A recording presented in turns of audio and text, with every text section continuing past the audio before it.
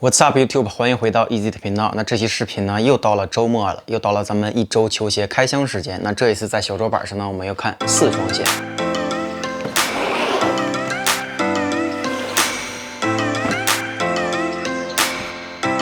OK， 那自从抢了这个鞋王以后呢，这上一周几乎就没有中什么鞋。那这些鞋呢，也都是在除了 Sneakers 以外的网站抢到的。那下一周的鞋呢，可能会相对多一些，因为也是在其他网站抢到了很多球鞋。那我们来开启这一周的球鞋开箱。好，那第一双鞋看鞋盒，你们就知道这是一双AJ1。那这个颜色呢，其实你们应该能猜到，这是之前的 AJ1 Poland 配色。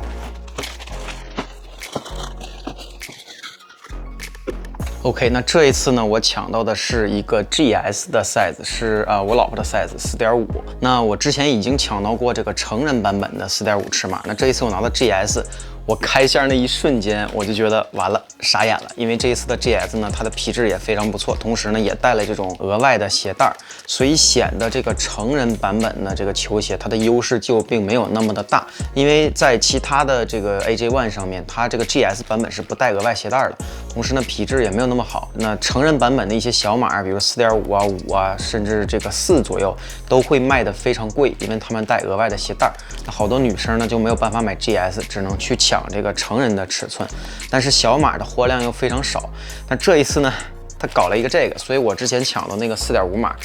我就猜这个价格应该会跌很多，所以我最近也是查了一下，确实价格有所下降，而且下降的还不少。但是即使我给老婆留一双，我也会给她留那个成人版本的尺码，因为皮质还是要比这个 GS 版本的要好很多。OK， 那其实同款球鞋呢，我抢到了，这应该是第3双，因为上一期已经给大家看过一双了，那今天这个是第2双。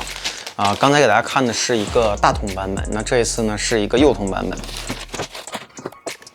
OK， 那我手里的这一双呢是一个13C， 是一个小孩的版本，也是给我儿子抢的。那我儿子还太小他穿不了13C。但是我现在由于每次呢都在抢鞋，所以有意无意的会给我儿子抢一些这个偏大码的一些球鞋。那希望等他这个脚长到这么大的时候，能直接有鞋穿，就不需要在外面再去选球鞋了。那这双球鞋呢，其实是用我们自己做的这个 bot 来抢到的。那这里分享一个 DTLR 抢鞋的攻略，因为 DTLR 之前大家老发现这个网站为什么好多球鞋直接被后门了。那有人问什么叫后门？后门就是说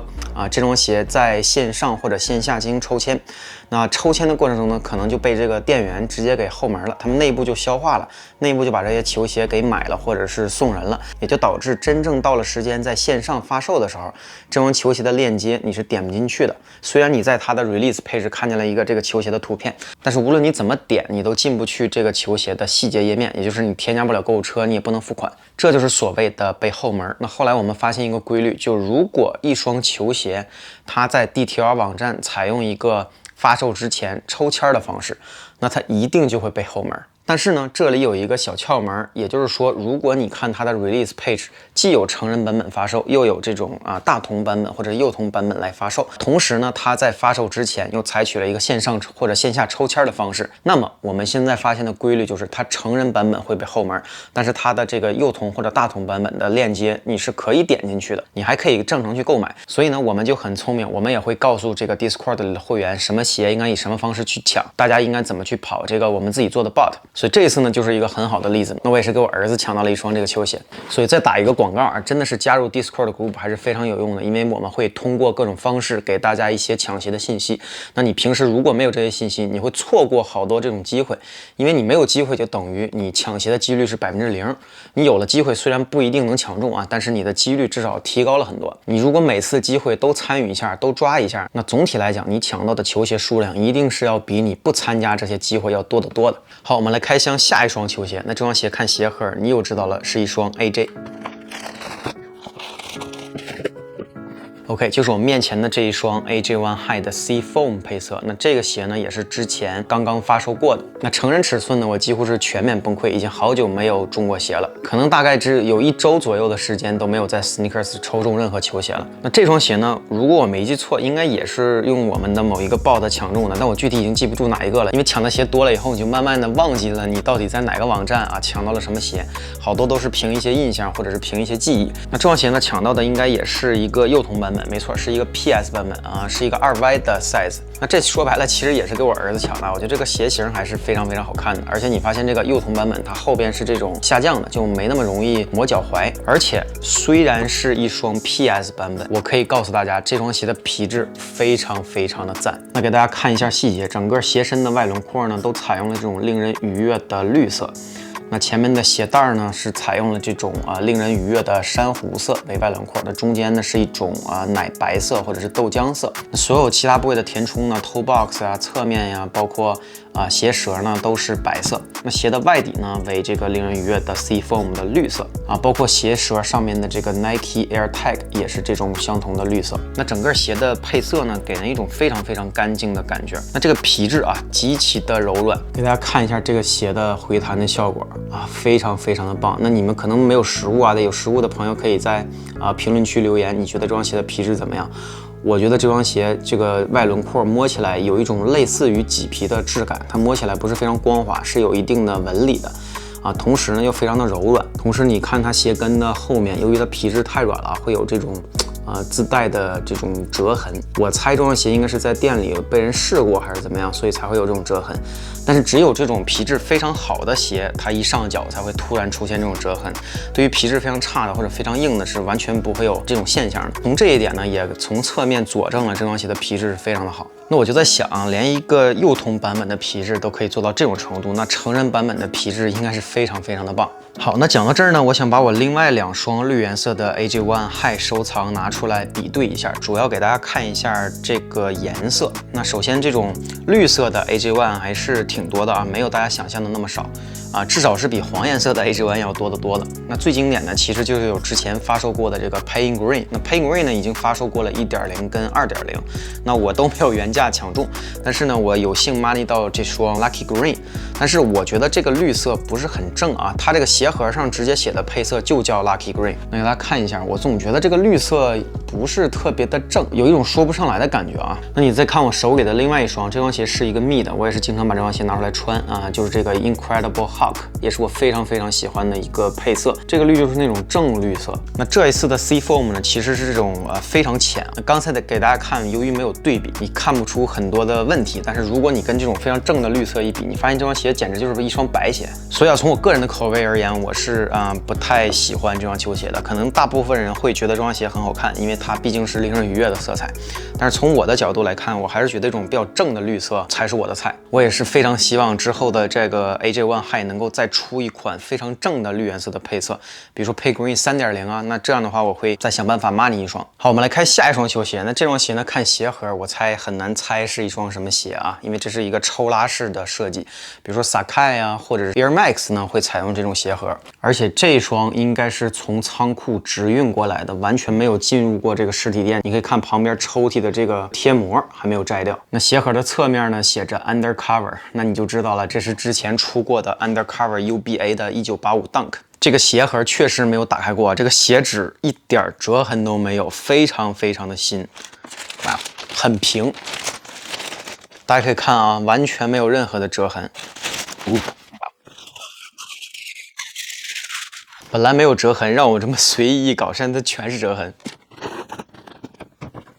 OK， 就是我面前的这一双 Undercover 跟 Nike 的联名 UBA Dunk High， 也是一个1985年的鞋型。那给大家看一下，这双鞋确实是全新的啊，前面这个还有一个纸壳，如果你看了的话，垫在这里，所以肯定是没有人试过的。而且各个方位呢也没有任何的瑕疵。OK， 那如果你注意到我的背后呢有2双 Dunk High， 之所以把另外2双 Dunk High 拿出来呢，是想给大家看一下 Dunk High 的1985鞋型跟这个最近出的 Dunk High 鞋型上有什么区别。OK， 那我手里有一双呢这个熊猫 Dunk High， 这是一个成人的尺码，另外呢是一个 GS 的 Game Royal 配色。那我们可以看一下跟旁边这双1985 Dunk 的区别。首先我觉得最明显的是它这个鞋底你看看1985的这个鞋底有多么的厚，对不对？如果你看最近出的这个鞋底，防止大家说我作弊啊，我给大家比一下这个大概的厚度，应该有大概半厘米的厚度差。那最明显的是在这个鞋中间这个部位，你可以看到1985的鞋型是向上走的，在足弓这里呢有一个更好的支撑，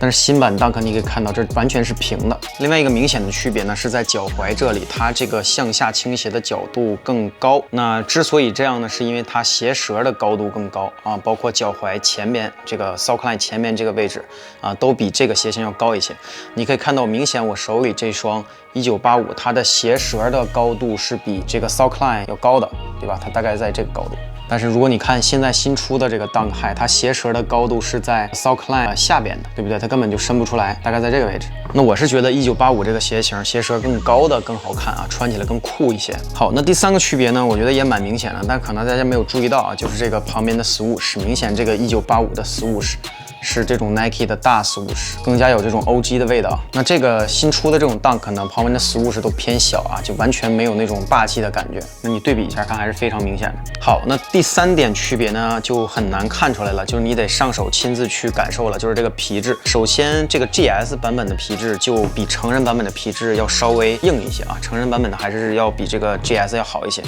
但是你再去摸这个1985的 Dunk， 这个皮质就非常赞了，你明显知道这是非常好的这种皮质啊，而且你看它用的是这种荔枝纹，那好多人不喜欢荔枝纹啊，觉得荔枝纹很丑，但实际上荔枝纹的这个柔软程度，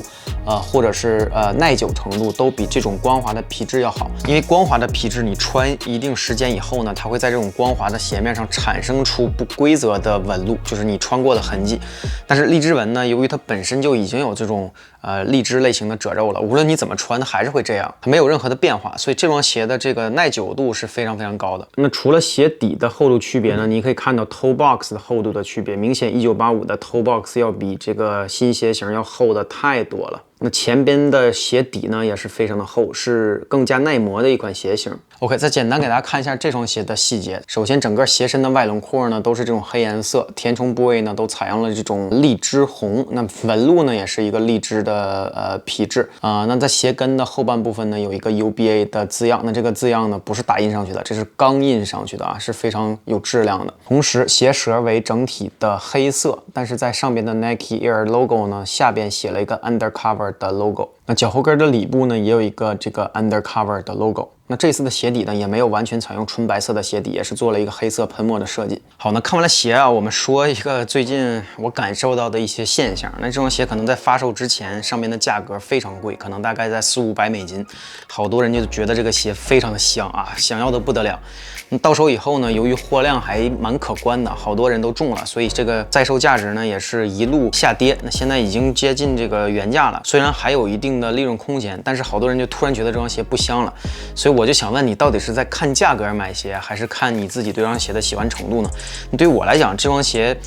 无论它价格涨跌与否，我是要留下自穿的，不然我也不会去买这双球鞋。那也是感谢群里的一个小伙伴，那我之前呢并没有原价抢中，那也是他发现有一个网站还在卖，那我赶紧去买了一双自己的 size， 所以真的是非常感谢这一位群里的小伙伴。那大家在群里真的是会互相提醒啊，能够会获得一些你平时获得不到的一些信息。我是觉得啊，这双鞋的皮质非常的赞，而且这个鞋型呢，我觉得比现在出的 Dunk 都要好看，我完全觉得这双鞋是可以收藏的。那由于这是我第一双1985鞋型的 Dunk， 那我其实之后啊给大家透露一下，我也抢到了那2双酸系 Dunk， 也都是1985年的鞋型，所以呢，我觉得这个鞋型我已经有了大概3双球鞋了，已经足以开启这一个系列的收藏了。那之后呢，我可能在 Dunk High 这个鞋型上呢，会更专注于收1985年鞋型的版本。那普通的这种普款 Dunk 呢，我可能就不会再收了。那我之后呢，可能会把这种 Dunk 都卖掉。这其实就是你收藏球鞋的一种思路啊，没必要一定要去收这种炒价很高的球鞋。更重要的是你自己喜欢哪一个款，你对这一个系列是不是足够了解，而且你有没有足够数量的球鞋，足够支撑你这一个系列的可玩性以及多样性。好，以上就是本期视频的全部内容。如果你同意 Easy 的观点，或者你觉得本期视频对你有所帮助的话，请不要忘了给 Easy 来一个素质3连，点赞、转发、加留言。Take it easy, peace, skr skr， 我们下期见。